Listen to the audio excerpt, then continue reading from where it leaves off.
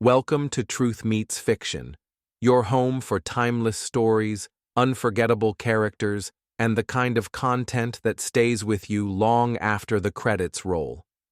Whether it's fact, fiction, or somewhere in between, you'll find it here. Let's begin. Please.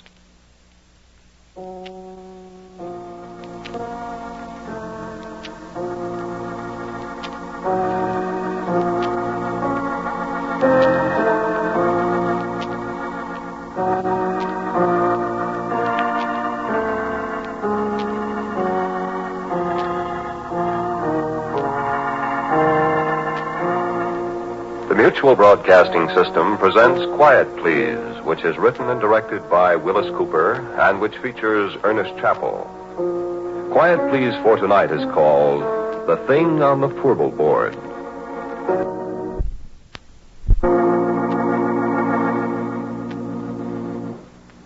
Me, I'm a roughneck. Well, I was a roughneck, 20 years ago. A little too old, too slow now. Besides, I got $1 now. I don't have to be a roughneck, you see. Married, got a nice home. Had to meet my wife. Hey, Mike. Her name's Maxine, but she likes to be called Mike. Mike! I guess she's busy out in the kitchen someplace. Besides, she doesn't hear very well. Shame, too. She's so pretty and everything. Well, you'll meet her. Sit down. I was saying I was a roughneck.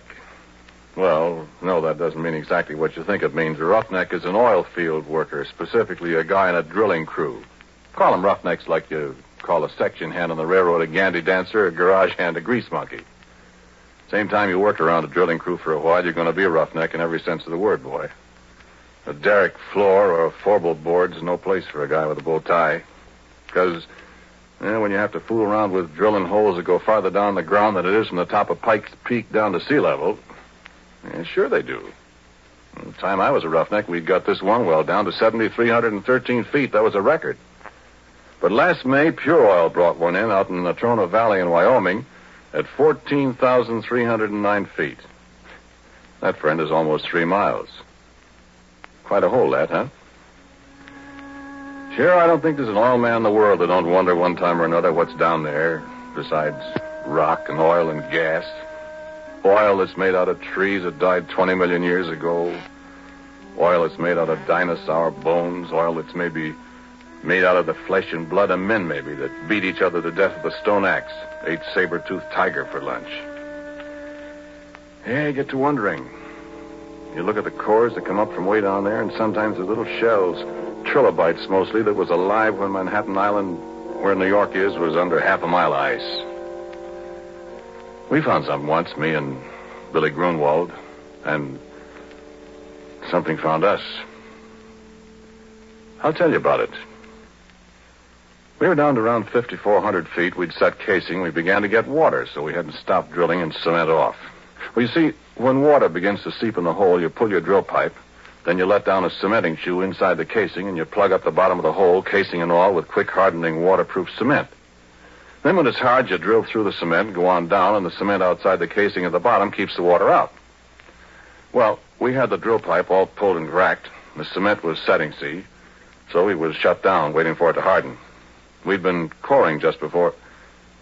Well, you see, a core drill is hollow, and as the bit digs down, it stuffs the drillings up inside it, so when you pull it out, you got a sample of the kind of stuff you're going through. And a geologist can tell a lot from that. So there's nobody around the rig except me that night. The rest of the crew's going into town. I was toasting some pork chops over the forge for my supper. I heard a car pulling up. Look out, it's Billy Grunwald, the geologist, and I give him a hello. Hi, Billy. Come and have a pork chop. Hi, Porky. Where's everybody? They all went to town. I'm the whole crew. I had 3 blowouts between here and Oxnard. Yeah, I wondered where you was. Ted said you'd be in here about 3. Yeah, I would have been, except for my tough luck. Oh, I'm dead. Yeah, hungry? Starved. Yeah, I got 7 pork chops. And bread. And some coffee, kind of. Swell. Hey, I got a bottle in the car. We're going to have a banquet. Hey, where's that core? That's what I came up here to look at. Yeah, back there on the bench. Look at it after supper. Hey. What? Didn't you say you were all alone here? Uh-huh. I thought I heard somebody talking. Yeah. I don't see anybody. Keep an eye on that pork chop. You won't have any supper. Yeah, I'm watching it. Here, let me put the coffee on. Like so. When did you finish cementing? This morning. Last tower only made about 10 feet of holes, so Ted shut down before we get flooded out of house and home. Funny about that water. How? Oughtn't to be any at that level, according to my figuring. Well, there is. Is it salt? Sure, right out of the bottom of the ocean. That's funny. Well, maybe I'll be able to tell something from the core. Yeah, I hope so. The last core I looked at, I'd have sworn we were getting into shale. Ain't seen none yet from the cuttings. That's funny. Here, your pork chop's done. Yeah, take some bread. Yeah, thanks. Oh, man. Good, huh? Yeah, put on another. I had 2 already before you come. Yeah, much obliged. Yeah, you never can tell what's down there. You get it all mapped and plotted out, all the strata. And all you know is what comes out of the hole. Yeah, I'd like to go down there sometime if I was little enough. Never get you down a hole. Yeah, you'd fit. You're skinny. I'll stay up here and look at the cores, Bud. Where is that one? Behind you. Over there. Oh. Well, I'll have a look at it. Well, why don't you wait till you finish your supper? I'm just going to look at it. Put on another pork chop for me. Okay. Well, I wish those screech owls would keep... What's the matter? Hey, wait a minute, Porky. Well, why did... Listen. What's eating you? You know, I'd have sworn there's somebody up there in that Fourble Board. Ah, you're crazy. There's nobody up there. Getting against those stands of drill pipe. Ah, they're just rack crooked. One of them slipped. Come on back and eat your pork chop. Yeah. Yeah, I guess so. Only What you so jittery about, Billy? Come on, eat your sandwich. Here. Yeah, well, thanks, Porky. I don't know. I'm just naturally that way, I guess. I'm always scared of the dark. I'm scared. Doggone it, I hate to be a baby, but I can't help it. Scared of the dark? Honest? Stupid, ain't it? Oh, I don't know. Everybody's scared of something. Me. Spiders scare the tar out of me. Black widows. Oh. I know how you feel, Billy. There another light over here? Yeah. Here. Ah. Oh. That's better. Hey, listen, Porky. Go out to the car and look in the left-hand door pocket and bring back that bottle, will you? That's what I need. Okay, kid. Okay. So I picked up a flashlight. I turned around and went outside. I found the car. And I got the bottle. And the floor of the derrick was all lit up, and when I saw a beam of light suddenly flash up toward the Fourble Board, I laughed. Billy Grunwald and his ideas. Sure, I looked up. There wasn't a darn thing up there, except the drill pipe racked against the fingerboard. Oh, this, Fourble Board. Well, you've seen oil derricks, or pictures of them? You know that little platform that runs around the outside of the derrick about halfway up? Well, that's the Fourble Board. Well, you see, drill pipe comes in lengths, and you handle them with several lengths screwed together so as to save time getting them in and out of the hole. 2 lengths is a double, 3 is a triple, 4 is a fourble. When you pull the pipe, you heist it up inside the derrick with a traveling block, which moves up and down from the crown block at the top of the derrick. Then when a fourble of pipe is pulled out, it's held in the rotary table. You break the joint with tongs, like a great big Stilton wrench, you see. Snub a cable that's fastened to the handle over the cathead on the drawworks, and that breaks the joint. Then you hold the tongs on the pipe, give the rotary table a few turns to unscrew it. You heist away with the traveling block and swing it over against the fingerboard, lean it against the derrick.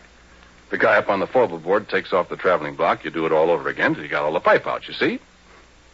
Well, there wasn't anybody up on the Fourble Board except a screech owl, and it flew away. So Billy turned his light off, and I come on inside. And just as I come up the steps, he let out a yell. Yay! What's the matter? What's the matter, Billy? Hey, come here. Look here. Well, what's it? Look, Porky. My... Where did you find that? Now, listen, Porky, I give you my word. That was embedded in the core. Why, it couldn't be. I tell you it was. Look where I dug it out. You know what? That rock there comes from a mile underground. And it's been a mile underground for 1,000,000 years. And look at this. And I did look. And what he was holding was a gold ring. And it was all carved and filigreed just like jewelry. And there wasn't any kidding about it. It was real.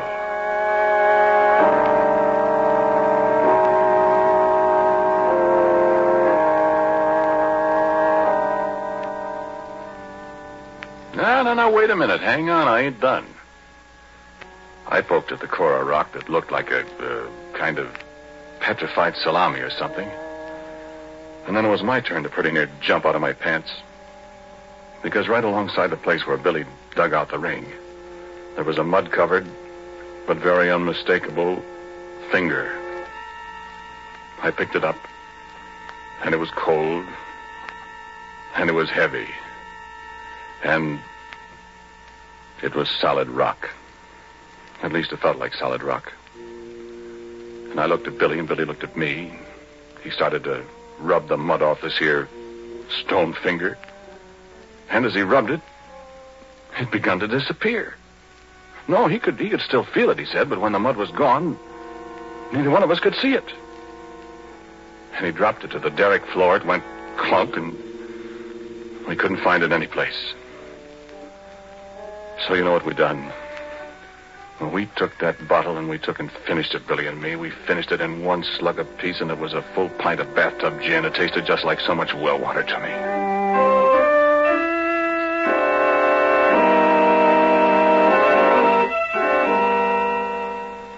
And then we sat down on the derrick floor and we looked at each other.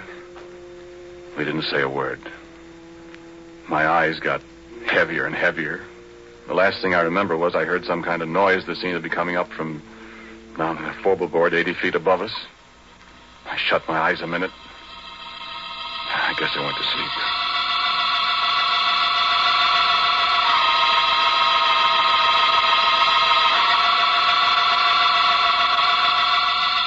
And I had awful dreams.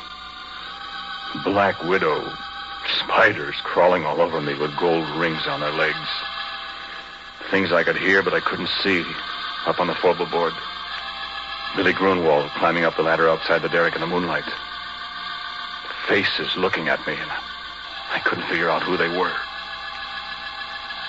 Then I was waked up by a horrible scream. A crash alongside me that shook the whole derrick. I opened my eyes to see Billy Grunwald lying on the floor 2 feet away with a broken neck.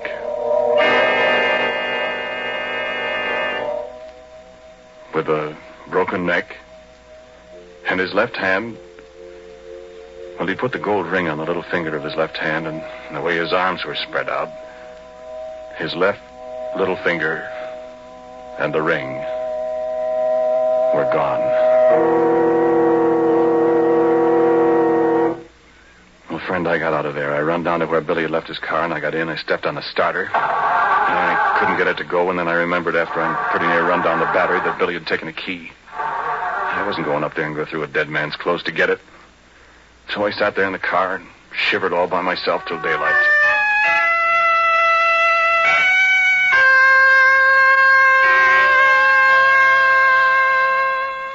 And then Ted and the crew came.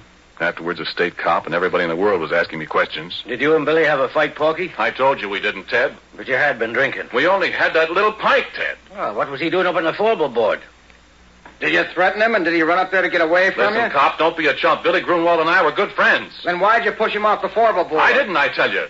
I wasn't up there. Oh, what did he go up there for? I don't know. I was asleep. How do you know he was up there? I didn't say he was. You said so. Besides, how would he break his neck if he didn't fall from way up there? Well, look, officer. I think it was just another accident. I mean, we haven't got anything on Porky, and personally, I don't believe he did it. Well, it's mighty mysterious. So it is. But we got work to do. Now, how about it? That cement's hard down there. I want to start drilling again, and I'm short-handed. Will you let Porky stay here till I run in my pipe again, and, well, then you can take him and ask him questions till you're blue in the face. Well, Okay. Let's get rolling. You got steam up, Happy? I'm all set. All right. Porky, you go from the Fourble Board. What? Not me, Ted. Oh, don't be such a boob. There's nobody up there to shove you overboard. And you can put a safety line around you if you want to. And besides, you're getting paid to do what you're told. I've lost too much time already. Come on, get going.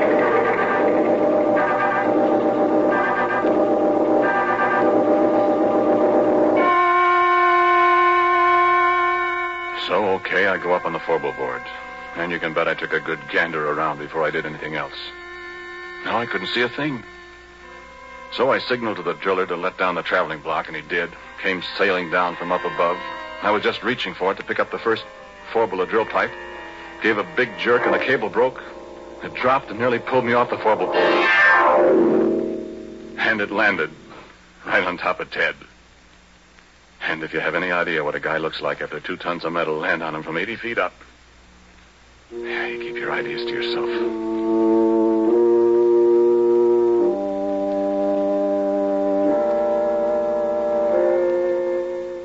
Well, that was enough. 2 accidents in a row. The whole crew quit. They wasn't going to wait for a third. And it was Ted's money that was paying off. There wasn't any more, and as far as I know, the abandoned derrick is still there. And that was 20 years ago. Oh, I forgot to tell you something. That traveling block was right in front of my face when it broke loose. It was hanging by steel cable, 3/4-inch steel cable. And I saw that cable break right before my eyes. Looked just like a piece of string when you snap it between your fingers. I could almost see the fingers. You know what? There was something up there on the Fourble Board with me.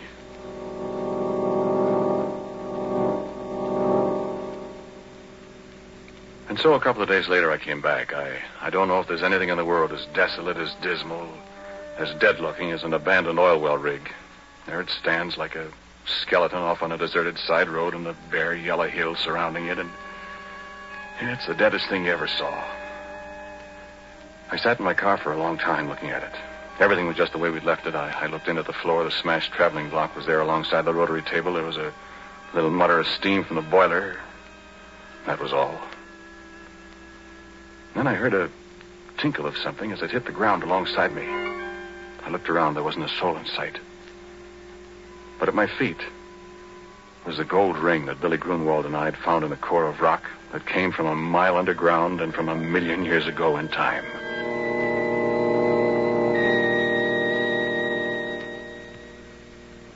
And I heard a little sound. The sound of a kid crying. And there wasn't any kid up there. And I heard it again, and it came from above my head, and I took out my revolver. I loaded it carefully. I started up the ladder to the Fourble Board. Well, there wasn't anything up there, nothing I could see. But there was a voice crying. The voice of a little kid. And then there was a movement behind the rack of drill pipes, and I saw the pipe move, and I yelled, "Come out of there, whoever you are! Come out or I'll start shooting!" And the stand of pipe shivered, and I thought, what can it be that can handle that heavy pipe like jack straws? And then there was a crash.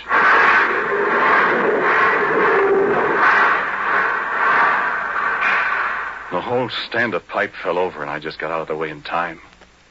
And I was alone on the Fourble Board with the thing. But I couldn't see it. I felt the platform tremble under my feet again as something moved toward me. I fired 2 or 3 shots. And nothing happened. I started backwards. I knew it was following me because I could hear it meowing like a cat. My feet tripped over something. I saw it was a big can of red lead that somebody had left up there. Without thinking, I picked it up and I threw it at the sound, and it splashed. And there it was. And I wish the face of a little girl, frightened, crying with hunger and terror. Hands like a human being, and a finger missing from the left hand. And a body. Well, I'll tell you about that. I told you how I'm scared of spiders. But I knew where it came from. It had come from the bowels of the earth, come riding up on the drill pipe as we yanked it out of the well. Come to an alien world and was lost. It stood there dripping with red paint, blood red from head to foot like some horrible dream. And it put its hand on my arm. Its hand was stone. Living, moving stone.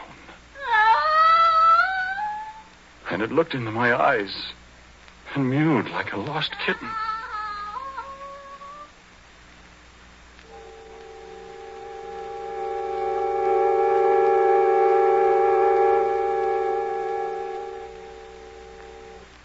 20 years ago, I discovered many things about it, what it used for food, that it was deaf, that it was invisible and couldn't see people when it was invisible, that if you sprayed it with mud or paint or grease paint, makeup, then it could see people. And believe me, I didn't want to see its body. I can see that in my nightmares. But its face, I can't help wanting to see that pathetic little girl face. I'm afraid maybe I've fallen. But it's very beautiful. And when it's well made up, it's... But making it up, rubbing grease paint on a stone face that looks at you and smiles, and it makes sounds like a lost kitten yet. I can disguise the body in long dresses. She can't hear very well, and when she's hungry, I have to stay out of her way. I found out what she likes to eat, remember? No, sit still. Sit still, do. Sit still or I'll have to shoot you. I want you to meet my wife. Or rather, my wife wants to meet you. Mike. Mike. There she is. Come on in, dear.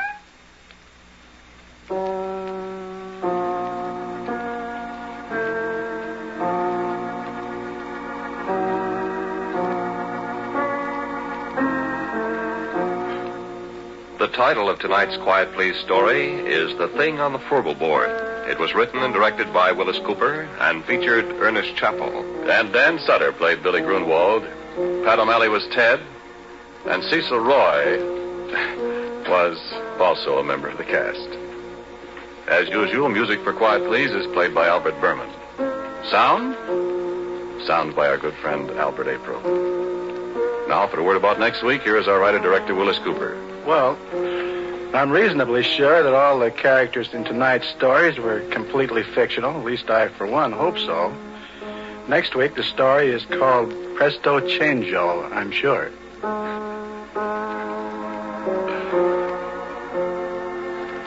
And so, until next week at the same time, I am quietly yours, Ernest Chappell. This program was heard in Canada through the facilities of the Canadian Broadcasting Corporation.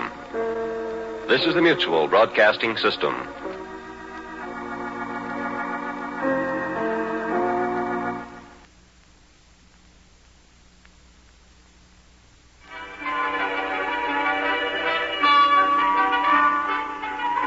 Listen to them.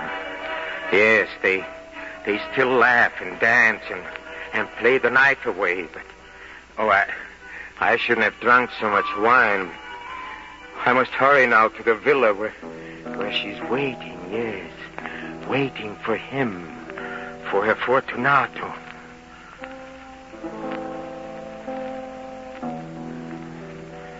Oh, you at last.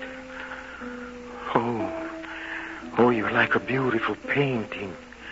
Soft in candlelight. But your lips, they're cold. And your face, what has happened to your face? And your eyes, your white staring eyes, and the light that grows in them. No, you don't wait for me, you wait for him. Yes, I should have known, but I did not want to know.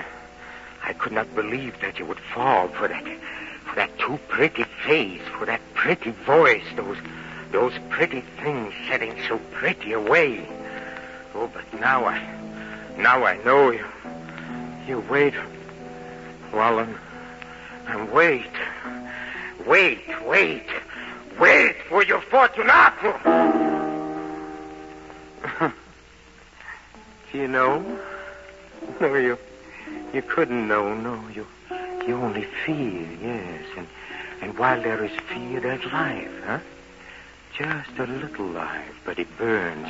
It burns like a candle. The little wind of fear blows softly, and it whispers, he will not come. And then the candle flame flickers and almost goes out. But then a soft wind of hope whispers, he will come. He will. And the little flame struggles up with light. Yes, but he will not come. He will not come. Ever. Huh? Have I seen him? Have I seen your lover, Fortunato? Oh, of course I've seen him in the street, and I knew it was he because I heard the jingle of the little bells on his cap, and I knew him despite his jester's costume, and beneath the mask I could read his foolish, pretty smile, and I took him and went down to the dark passageways under my house on a hill, and he followed me laughing and excited at what I promised at the end. There, I said, there you shall taste my greatest treasure, my finest wine, a cask of ancient Amontillado.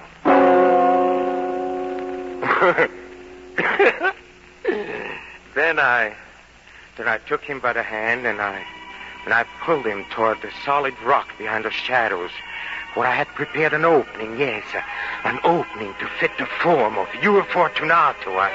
I put down the candle and I said, now you shall taste the Amontillado. And he turned, and I was upon him as he turned, and I shoved him, and he fell forward into the opening that was waiting for him, and then I slammed the stone into place. Soon as he was done, and I flung away the trowel, and I cried out to him, "Hear me, Fortunato." But he could not answer me now, for in his mouth there was stone, and in his heart there was ice, and I heard him shriek, and faintly the sound of his pounding hands, and faintly the little bells on his cap, jingling.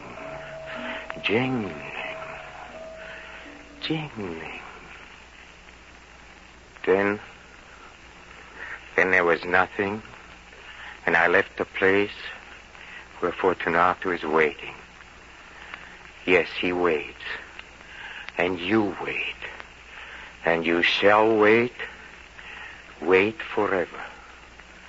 I have condemned you, and I've counted my words as they slowly killed you, as I looked into your eyes and watched the little flame slowly die. Now go down to him. Sit with him. Play for him. Sing for him. And cry to him. Whisper to him. And listen. Listen, and perhaps you'll hear him breathe. And perhaps you'll hear the soft tinkling of his cap. Yes, the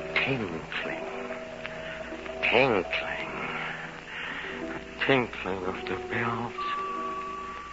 And so, dead among the living, may you wait for your Fortunato as he waits for you. And me, I'm condemned too, condemned forever by my own love.